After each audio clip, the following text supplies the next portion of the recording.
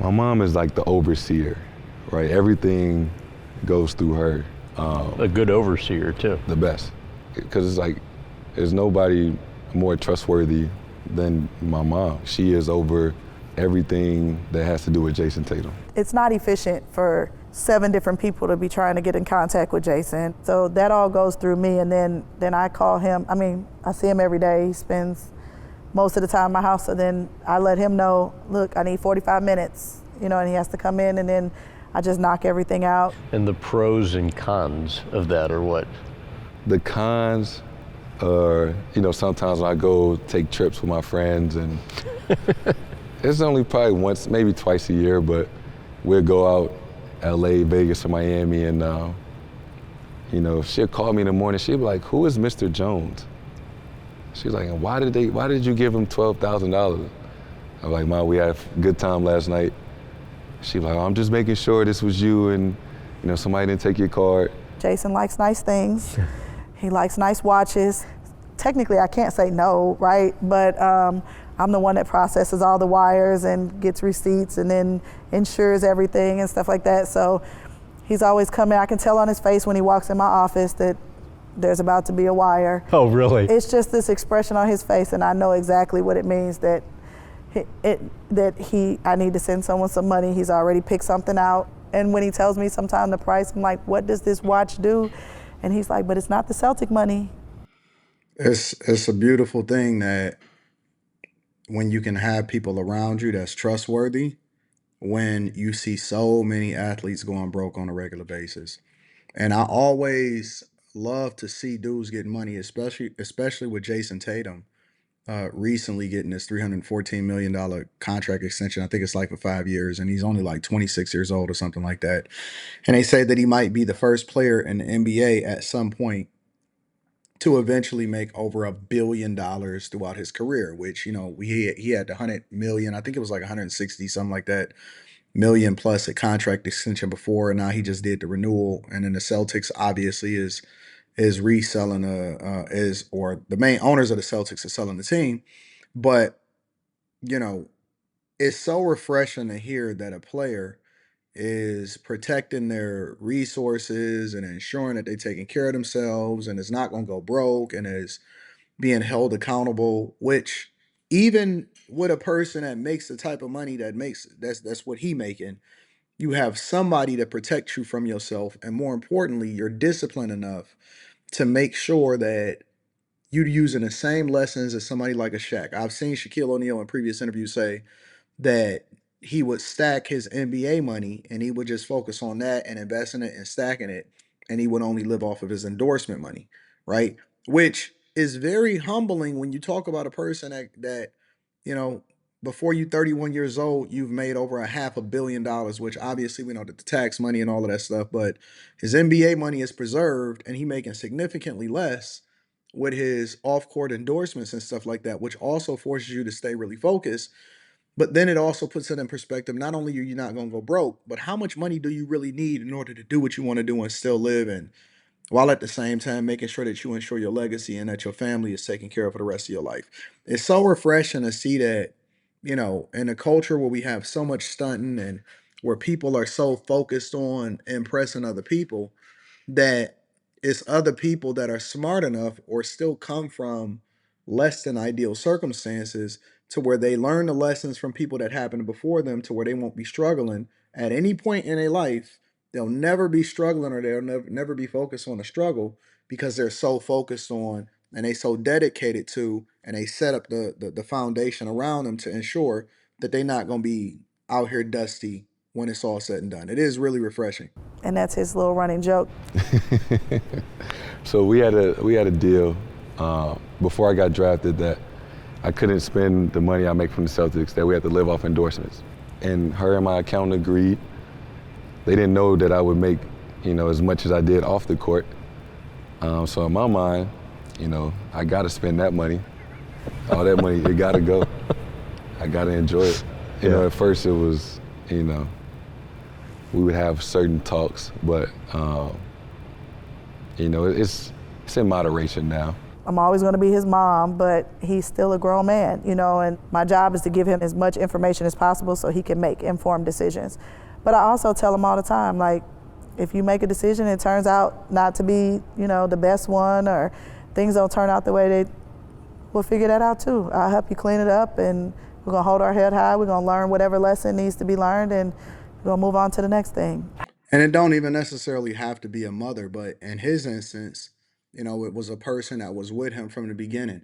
And I always say that shooting in the gym with you don't have to be a wife, it don't have to be a spouse, it don't have to be a homie, but it has to be somebody that you absolutely 100% trust, that came up with you, that have no jealousy towards you, that only want to see you win, and also understand that your good fortune or your growth is their good fortune and their growth. So they always gonna be working for you to ensure that, you successful. And this lesson is a lesson that can be learned and implemented on every level. You don't have to be, eventually a billionaire like Jason Tatum. It could be somebody that's around you, and whether or not you make 50,000, 100,000, you getting it, you growing.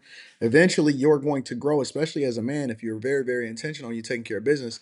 Eventually you're going to grow to a space to where you continue to become more and more successful. And the people that are around you that you trust the most, that in no way, shape, or form ever want to see you lose, are the ones that you have around you, no matter what. For me in particular, is my wife, and then eventually probably my daughter. And I can trust a lot of people that surround me, including my brothers and stuff. But for me, it's my wife. She is the person that his mother is to him. You see what I'm saying? She handles all of the negotiation for what do we call them? What is that called? I don't know why it's slipping my mind. The money that comes outside of like YouTube and all of that. Oh, sponsorships. Yeah. I don't know why that was slipping my mind. She handles all of the money when it comes to the sponsorships and all of that stuff. And so we got a set budget where certain monies that's outside of this go towards all investments, and then it's all money in, and then we still work. And so because I still got a corporate gig, regardless of how much money, and a lot of y'all can tap into the Patreon to see how much money we busting down, because it is insane. I'm not even in front. Obviously it ain't Jason Tatum money, but it's insane. It's pretty crazy. But all of that money goes towards investments, and the only thing that we play with is the money that we get from corporate. You know what I'm saying? And then we get the sponsorship deals, and then we bust down certain bags with the team and all of that. And so everybody is thriving, everybody happy, and everybody is getting to it, while we also promoting for other people to become successful also. But you gotta have somebody that got it with you out the mud. You can't employ, even if you got an accountant, you got to have a person look over the accountant. And that's got to be the person that you trust, because ultimately it's always going to fall back on you. And so whoever it is that y'all wind up trusting, it has to be somebody from the very beginning. Now that don't mean that you can't get snaked from somebody that came up with you, but you're less likely, and you still also have to do your due diligence to look over it yourself, but you're less likely to get snaked by somebody that came up with you, that has your best interest at heart, that wants to see you become successful. Let me see if there's anything else that we can learn from this. How do you think your upbringing impacted how you manage your money? I was in high school 6 years ago, all right? So That's for crazy. most of to my think life, about. I didn't have money. I didn't have a investment account, checking account, a credit card. So I know what it's like to struggle and not have. I remember like when I first started getting checks, like being able to go fill my cars up, right? I would like call my mom, like, Mom, how much money is on this debit card? She'd be like, all right, it's $15. That's how much you got. And It's I could crazy. fill my tank up so I could get to school and back and don't make any stops, because, that tank had to last me for the week. And so like, I could just go to the gas station to get gas whenever. Like I remember when I couldn't do that, or going to CVS and buying 10 bottles of soap when we used to have to buy one, and like this had to kind of last us for a while. Like little things like that, like we kind of laugh at. I was like, I remember those days.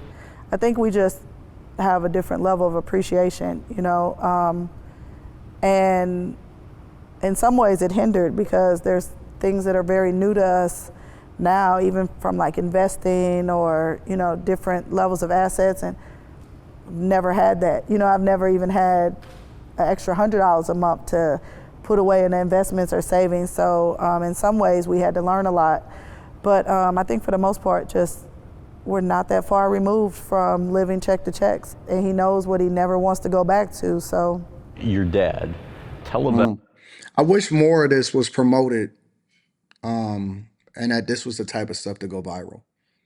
I know that entertainment is entertainment, but we also have to put the medicine inside of the candy. And I wish that more of this was promoted, and that these type of conversations was also included when we also talking about all of the fuckery that's happening outside in these streets. You know what I'm saying? Like, just as much, and I think that that's also the direction that I want my platforms to go in, is that just as much as we talk about the bad, we also need to highlight the good so that people get a balance of how you're supposed to be moving and using good examples instead of just looking at the John Morants that fumbled, or this football player is broke, or the Antonio Brown that's filing for bankruptcy. For every story like that, let's try to balance it out and use a story where we get somebody that's wholesome, that's not necessarily going viral for the wrong reasons, but also giving visibility to the people that's actually going doing the awesome things, such as the Jason Tatums, that don't get caught up in none of the foolishness. You know what I'm saying? I'm curious as to what y'all think. Make sure y'all tap into the Patreon, link is in the description. And then also teach Hanley 40% off your first order plus 20% off of life. That link is in the description. Also, I love y'all. I appreciate y'all. I'm gonna see y'all on After Hours tonight. Peace.